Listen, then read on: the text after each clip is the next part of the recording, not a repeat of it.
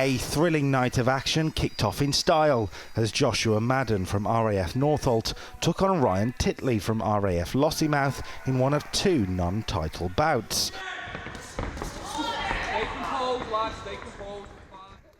Both impressed in losing efforts earlier in the tournament, and their reward was a spot on the big show.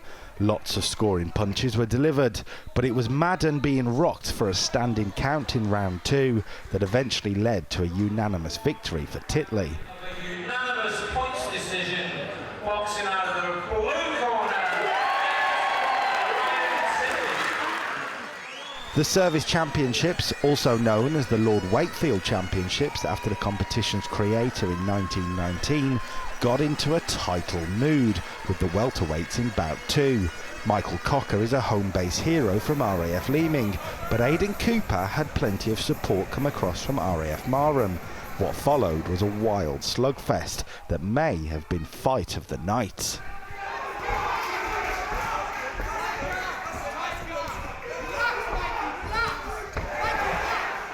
Cooper was delivering more scoring punches in round one, and in round two his ability to stay in control proved vital. Cocker's standing count provoked a reaction, and the man in red roared back into the fight to put Cooper down as well. All to play for in round three then, but this decisive knockdown by Cooper helped the man in blue pick up a unanimous victory.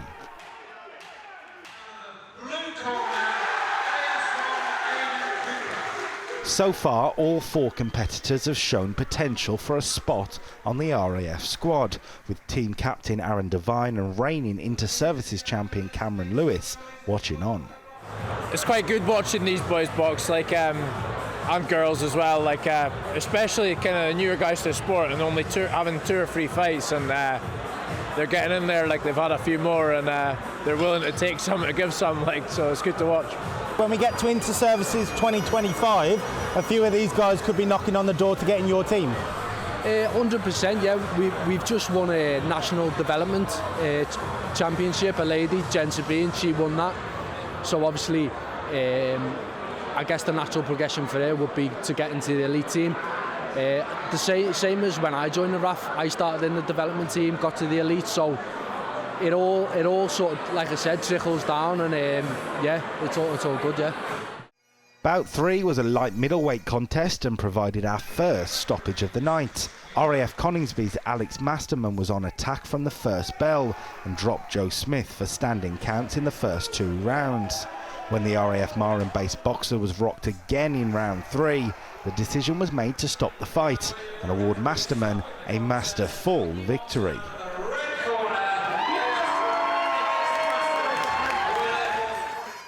That performance was impressive, but the all-business Josh Sumpter was ready to steal the show.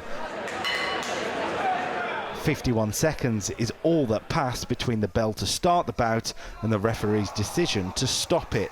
Kieran Brimicombe stopped in his tracks before he could even get started. The final bout before the intermission wasn't for a championship, but was a key women's fight, with England boxing surely keeping a close eye. Both the RAF's Frankie Lyle and Newark's Chloe Davies are on the cusp of a call, so to nobody's surprise, it was a tense battle.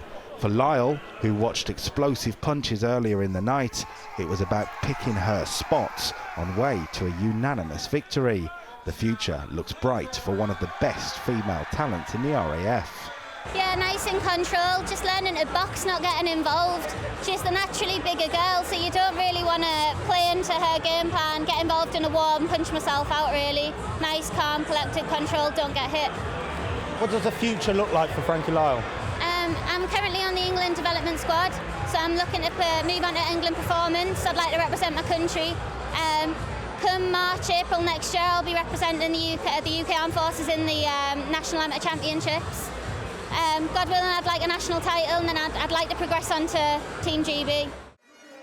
Part 2 of the evening kicked off with another unanimous points decision after a classy display from Paolo Troffa. The RAF Marham-based boxer controlled the pace of the action, with Ben Reeves getting clattered multiple times. The victory was well deserved for Troffa. as it was for Mason Slender in bout 7, who had a clear height and reach advantage over Conor Bignell. The man in red from RAF Witten struggled to get close to his taller opponent, and when he did, he'd get slumped by a powerful punch. Slender never looked like losing and sealed a not-so-slender win with a stoppage.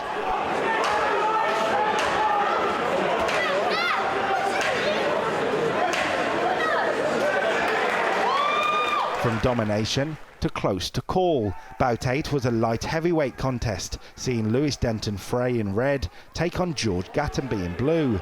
Both boxers got their licks in, but it was a standing count served by Gattenby in round 2 that was decisive. Bout 9 took us into the heavyweight scene, meaning slower but more powerful action. In round 2, Lewis Neal clocked Adam Collins with a well-timed punch, and the referee gave the win to the man in blue. The final bout continued the theme with another stoppage, the 5th of the night. James Durkin from RAF Marham was a battering ram on attack, and after a dominant first 2 rounds, he ended the contest with time to spare. An action-packed night then, with a number of boxers getting to impress. The atmosphere matching the heat of the ring made for an RAF Championships to remember. Kyle Dixon, BFBS Forces News, RAF Leeming. Thanks for watching. For more from BFBS Forces News, like and subscribe to the channel.